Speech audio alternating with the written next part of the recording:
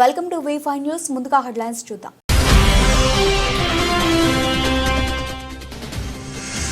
National Anti Crime and Human Rights of India Palnadu జిల్లా శాఖ కార్యవర్గ సమావేశం.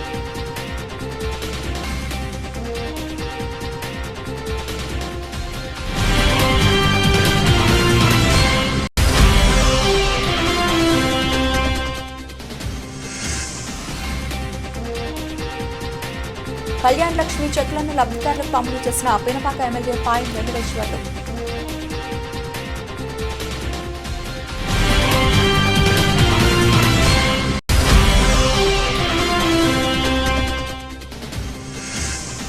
వైరాలో TUWJ ఐజీ ఖమ్మం జిల్లా మహాసభలు.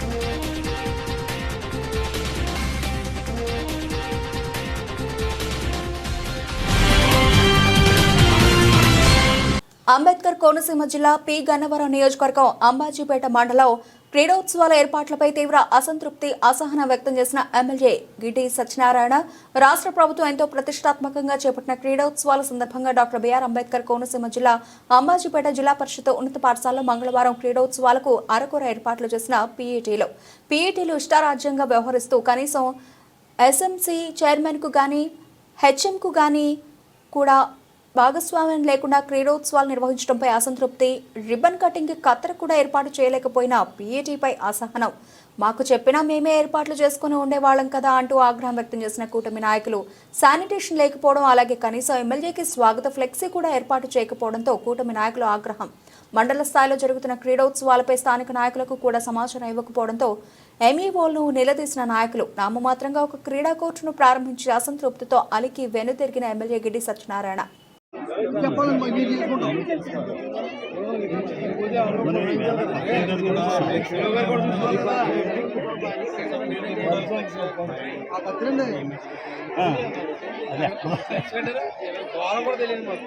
సార్ ఒకసారి అలా చూడండి సార్ ఒకసారి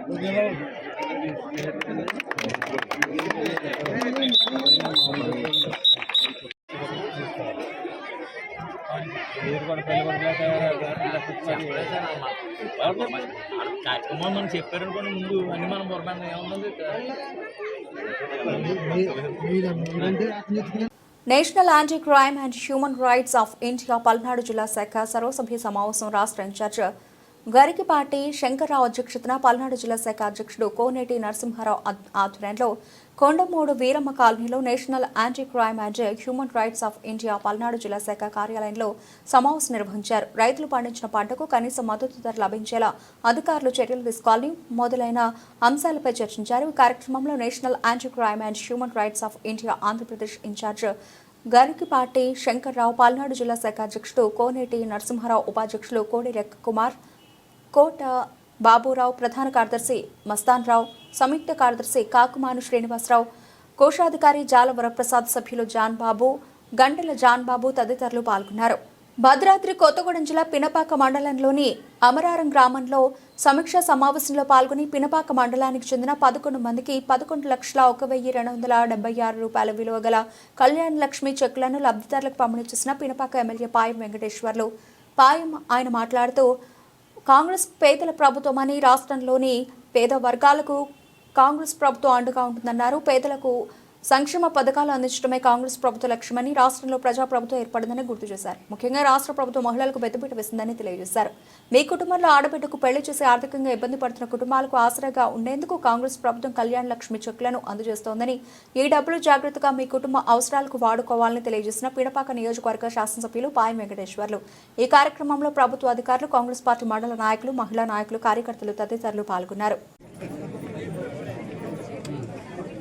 అందరికి శుభాకాంక్షలు. వెంటనే బ్యాంక్ వేసి మార్చుకోండి. ముఖ్యంగా సంక్రాంతి పండుగ ఇచ్చాము. అందరికి సంక్రాంతి శుభాకాంక్షలు. డబ్బులు మార్చుకొని మంచిగా ఉపయోగించుకోండి. వెంటనే మార్చుకోండి. వరంగల్ జిల్లా గ్రేటర్ వరంగల్ పరిధి 40వ డివిజన్లో ఒకే కుటుంబంలో ముగ్గురు రషీద్, మహబూబ్, ఖలీల్ అనే అంధ వికలాంగుల జీవన ఉపాధి లేక చాలా ఇబ్బందులు పడుతున్నారని నవ తెలంగాణ వికలాంగుల సంఘం అధ్యక్షులు MD అజీం తెలిపారు. స్థానిక మంత్రి కొండా సురేఖ చొరవ చూపి ప్రభుత్వ పరంగా ఆదుకోవాలని ఆయన పేర్కొన్నారు. నగర పరిధి 40వ డివిజన్లో ఉర్స్నానామియా తోటలో ఒకే కుటుంబ సభ్యులు అయిన అంధ వికలాంగులను నవతెలంగాణ వికలాంగ సంఘ నాయకులు కలుసుకుని వారి యోగక్షేమాలు తెలుసుకున్నారు. కార్యక్రమంలో ఆ సంఘం రాష్ట్ర అధ్యక్షులు ఎండి అజీం, జిల్లా నాయకులు బండి చక్రపాణి, సతీష్, మతిని రాజు, వేణుగోపాల్, ఎండి సాదిక్లతో పాటు స్థానిక కాంగ్రెస్ నాయకుడు అఖ్తర్ పాల్గొన్నారు. సందర్భంగా ఎండి అజీం అఖ్తర్లు మాట్లాడుతూ గ్రేటర్ వరంగల్ పరిధి 40వ డివిజన్లో ఒకే కుటుంబంలో ముగ్గురు రషీద్, మహబూబ్ ఖలీల్ అనే అంధ వికలాంగుల జీవన ఉపాధి లేక చాలా ఇబ్బందులు పడుతున్నారని తెలిపారు. స్థానిక మంత్రి కొండా సురేఖ చొరవ చూపి ప్రభుత్వ పరంగా ఆదుకోవాలని ఆయన పేర్కొన్నారు. మరి చాలా దురదృష్టకరం, ఒకే కుటుంబంలో ముగ్గురు అంధ నిరుపేద వికలాంగులు ఉండి చాలా ఇబ్బందులు పడతా ఉన్నారు. కాబట్టి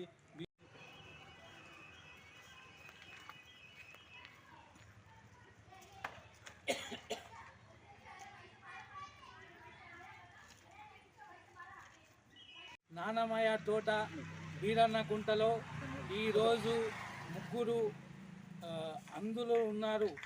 వీళ్లకు ప్రభుత్వం ఏమైనా సాయం చేయాలని నేను కోరుకుంటున్నా. వీళ్లకు ఉండటానికి ఇల్లు సుగా లేదు.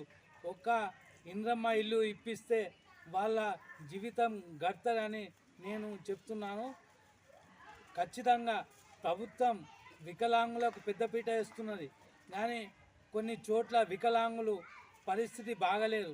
ఆ పరిస్థితి దృష్టిలో పెట్టుకొని వాళ్లకు ఆర్థిక సాయం చేయాలని కోరుకుంటున్నా. జై వికలాంగ్, జై జై వికలాంగ్, జై వికలాంగ్. డివిజన్లోని పేద కుటుంబానికి చెందిన అంధులు మరియు వికలాంగుల కుటుంబం ఒక 40 డివిజన్లో నానమయ్య తోట సెంటర్లో ఉంది.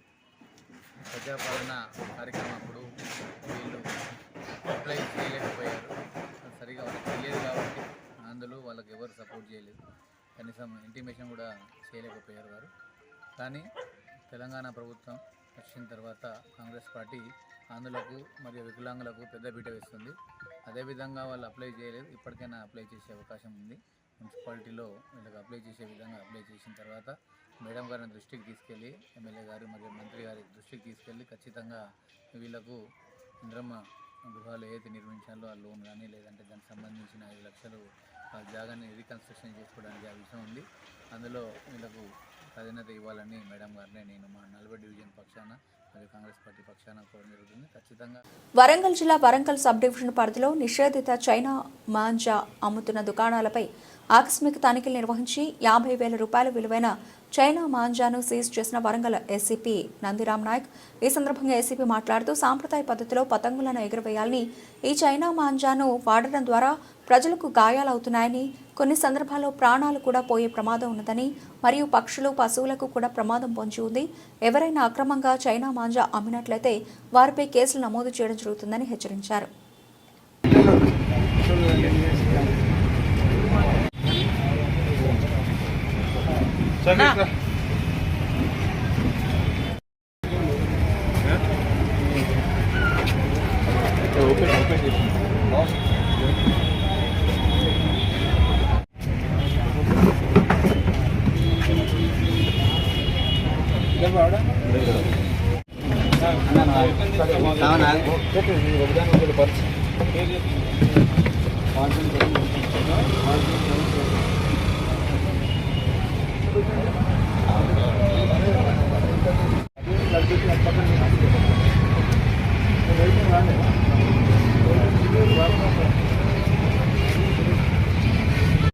మా సిపి గారి ఆదేశాలతోని మిల్క్స్ కాలనీ పిఎస్ లిమిట్స్ శివనగర్లో కలువల రాజేష్ ఇంటి పైన మరి చైనా మాంజాలు ఉన్నాయన్నటువంటి సమాచారంతో మా milks colony SI Suresh and వారి టీము ఆధ్వర్యంలో రైడ్ చేయడం జరిగింది. ఆ ఇంటిని సోదా చేయగా ఇంటిలో నిషేధిత చైనా మాంజాలు ఒక 20 దొరికినాయి. అంటే దాని విలువ సుమారు 50,000 రూపాయల వరకు ఉంటుంది. వాటిని స్వాధీనపరుచుకొని అతనిపైన కేసు నమోదు చేయడం జరిగింది.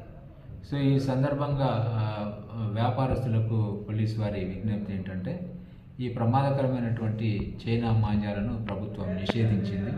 సో నిషేధించినటువంటి మరి ఈ మాంజాలను మరి ఎవరైనా విక్రయించినా, అదేవిధంగా స్టోర్ చేసినా, వారి పొజిషన్లో ఉన్నా కూడా చట్ట ప్రకారం నేరము.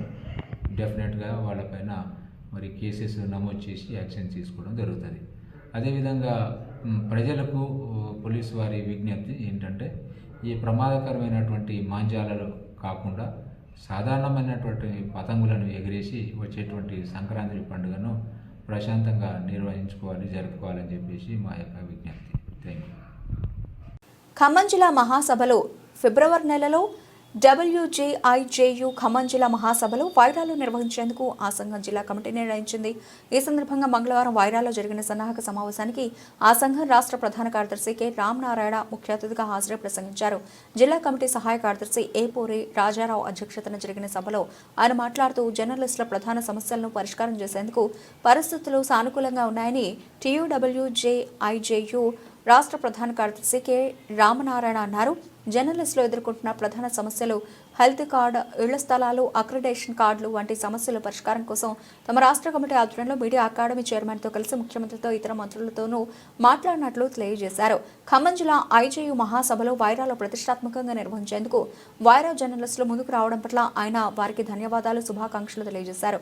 కార్యక్రమంలో సంఘం జిల్లా కమిటీ సభ్యులు దాసరి శ్రీనివాసరావు, ఎం బాబురావు, ఎలక్ట్రానిక్ మీడియా జిల్లా కమిటీ సభ్యులు ఎకరాల శ్రీనివాసరావు ప్రసంగించగా ఖమ్మం నగర కార్యదర్శి చెరుకుపల్లి శ్రీనివాసరావు, జిల్లా నాయకులు ఏలూరు వేణుగోపాల్, జనార్దనాచారి, కళ్యాణ్, వైరా జర్నలిస్టులు సూతకాని శ్రీకాంత్, గద్వాల రవీందర్, SK అదావుల్లా, హరిబాబు, లక్ష్మణాచారి, సామినేని శ్రీనివాసరావు, మురళి, ప్రశాంత్, M శ్రీనివాసరావు, పాటిబండ్ల మహేష్ తదితరులు పాల్గొన్నారు.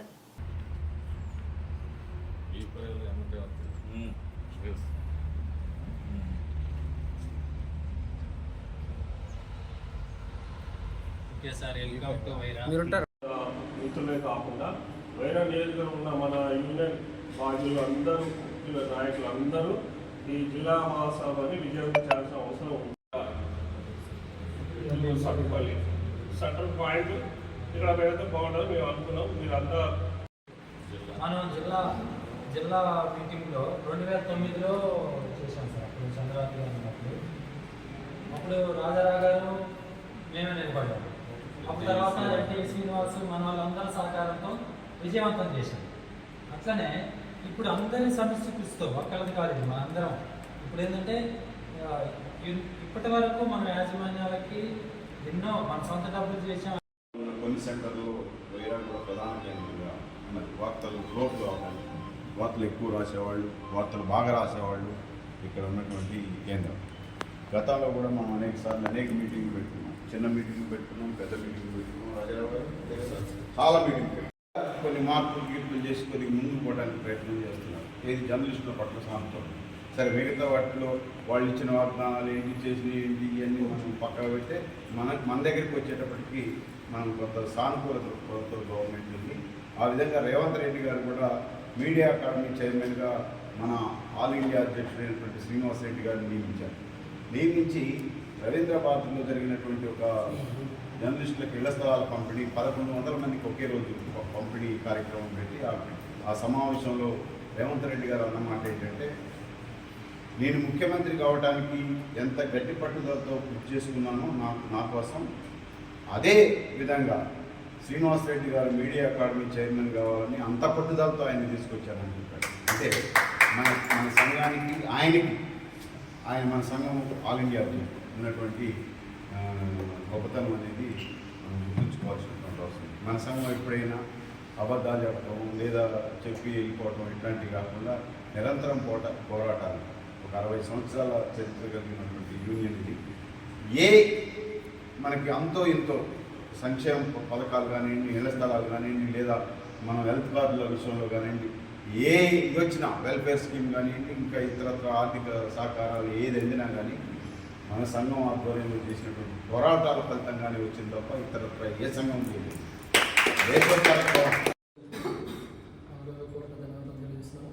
దాంతోపాటు మా వైరా నియోజకవర్గ మండలం, వైరా నియోజకవర్గ ప్రింట్ అండ్ ఎలక్ట్రానిక్ మిత్రులందరికీ కూడా మన ధన్యవాదాలు. 16 చెప్పండి. 16 తర్వాత 16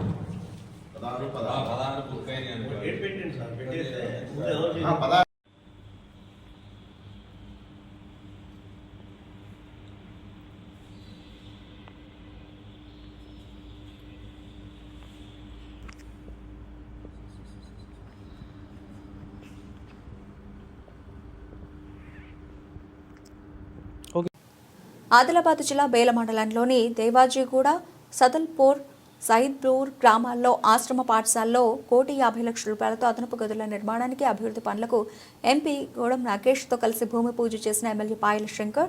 ఈ సందర్భంగా వారు మాట్లాడుతూ ఆశ్రమ పాఠశాలలో అన్ని సౌకర్యాలు ఉండాలనే ఉద్దేశంతో కేంద్రంలోని బీజేపీ నరేంద్ర మోదీ ప్రభుత్వం నిధులు మంజూరు చేసిందన్నారు. ఢిల్లీలో ఉన్న నరేంద్ర మోదీ ఆలోచిస్తున్నారు. ఈ గ్రామానికి ఏం కావాలి, ఏ పాఠశాలలకు మరిన్ని సౌకర్యాలు కల్పించాలని పర్యవేక్షిస్తున్నారని అన్నారు. తెలంగాణ రాష్ట్రం పరిపాలిస్తున్నటువంటి ప్రభుత్వానికి ఇక్కడున్నటువంటి సమస్యలు ఎందుకు కనబడడం లేదని ప్రశ్నించారు. మండల నాయకులను దత్త గణేష్, రఘు, నవీన్, మహేష్, రాజు, మోరేష్ తదితరులు పాల్గొన్నారు. నాయకుడు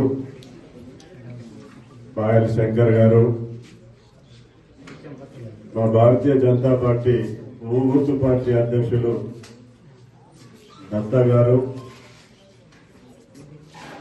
మా విజయ్ గోయల్ గారు సదల్పూర్ జాతరలో దర్బార్ పెట్టారు. మీకు ఉడికి బంతాయి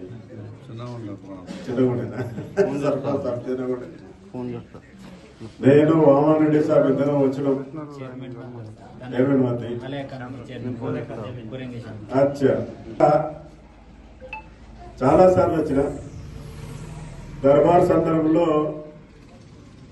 గ్రామస్తులందరూ అడిగారు మాకు ఒక ఆశ్రమ స్కూల్ కావాలని చెప్పేసి. అయితే మనం ఇక్కడ ఎందుకంటే అప్పుడున్నటువంటి పరిస్థితుల్లో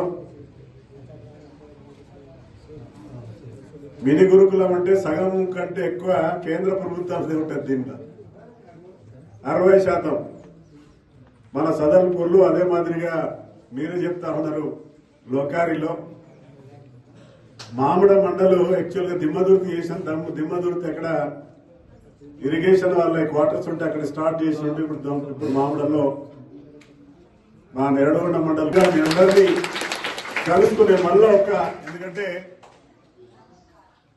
మళ్ళా ఇంకా అడిషనల్ గా అదనంగా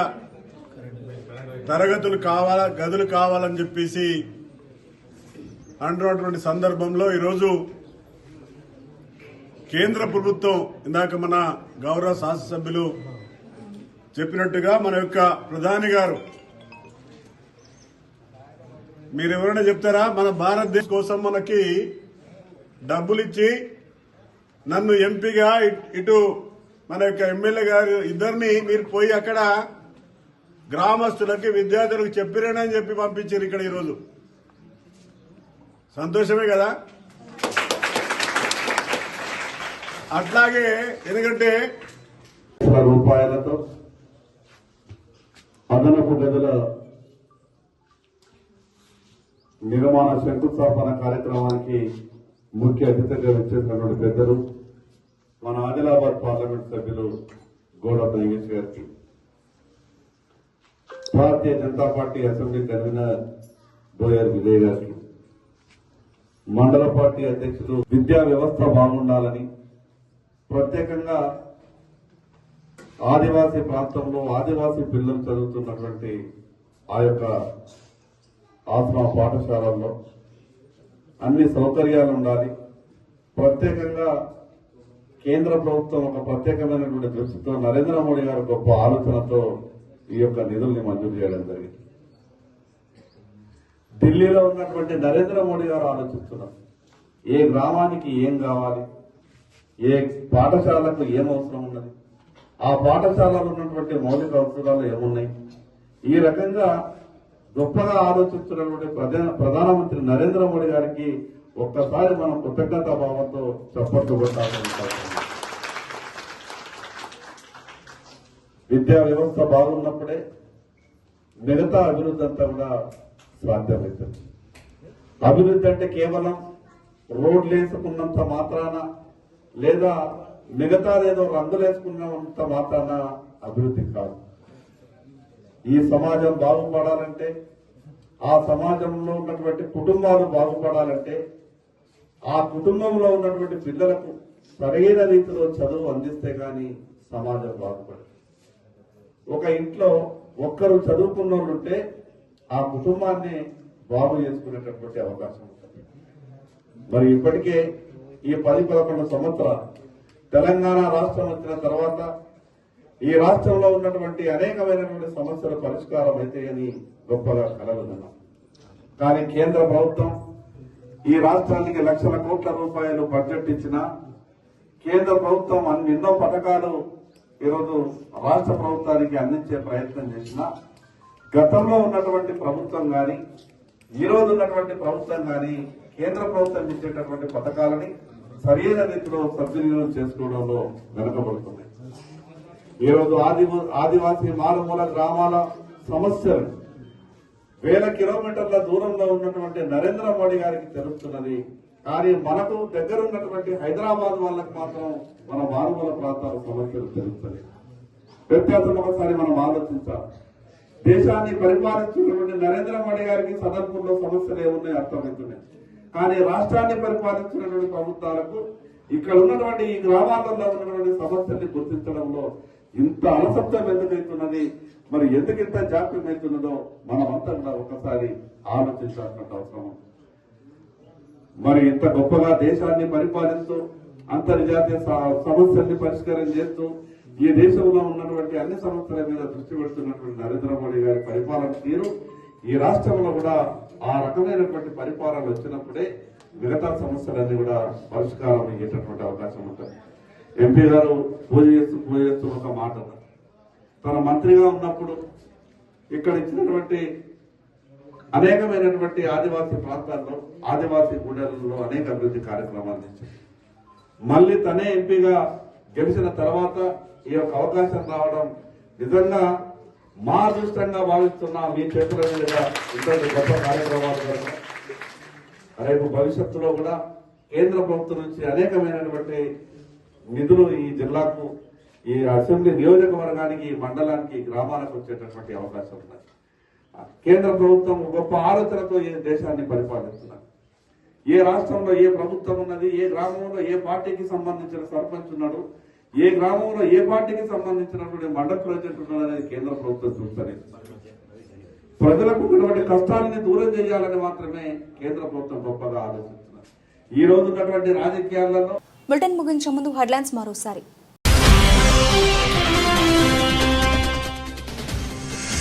national Anti Crime and Human Rights of India Palnadu జిల్లా శాఖ కార్యవర్గ సమావేశం.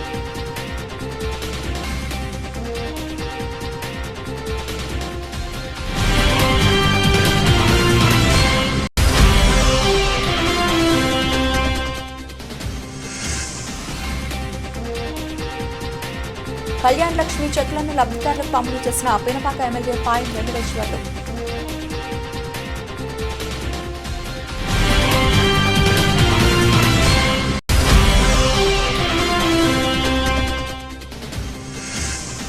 వైరాలో TUWJ ఐజీ ఖమ్మం జిల్లా మహాసభలు.